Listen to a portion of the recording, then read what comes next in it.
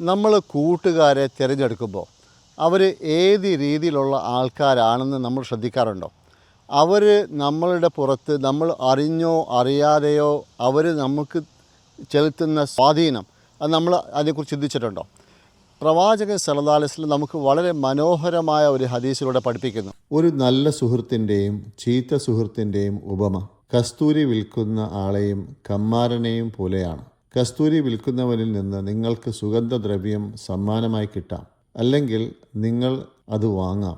അത് ഒന്നുമില്ലെങ്കിലും അവൻ്റെ നല്ല സുഗന്ധം നിങ്ങളിലേക്കെത്തും. എന്നാൽ കമ്മാരൻ്റെ അടുത്തിരുന്നാൽ അവൻ നിങ്ങളുടെ വസ്ത്രം കരിച്ചേക്കാം, അല്ലെങ്കിൽ കുറഞ്ഞത് അവിടെ നിന്നുള്ള ദുർഗന്ധമെങ്കിലും നിങ്ങൾക്ക് പറ്റും. നമ്മൾ ഒരു പെർഫ്യൂം ഷോപ്പിൽ പോയാൽ അവിടെ പോയി നമ്മൾ ഇറങ്ങുമ്പോൾ നമ്മൾ വാങ്ങിച്ചാലും വാങ്ങിച്ചില്ലേലും നമ്മുടെ ശരീരത്തിൽ, നമ്മുടെ കുപ്പായത്തിൽ ആ പെർഫ്യൂമിൻ്റെയൊക്കെ നല്ല സുഗന്ധമുണ്ടാവും.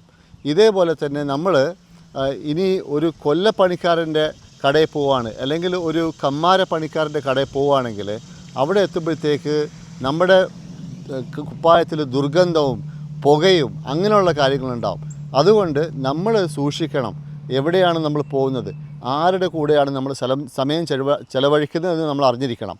ഇംഗ്ലീഷിലൊരു ചൊല്ലുണ്ട്, അത് പറയും, show me who is your friend and I will tell you who you are.